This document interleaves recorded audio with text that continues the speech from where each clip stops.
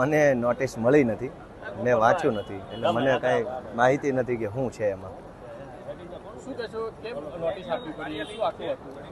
હવે એ નોટિસ વાંચું તો ખબર પડે, મને મળી નથી.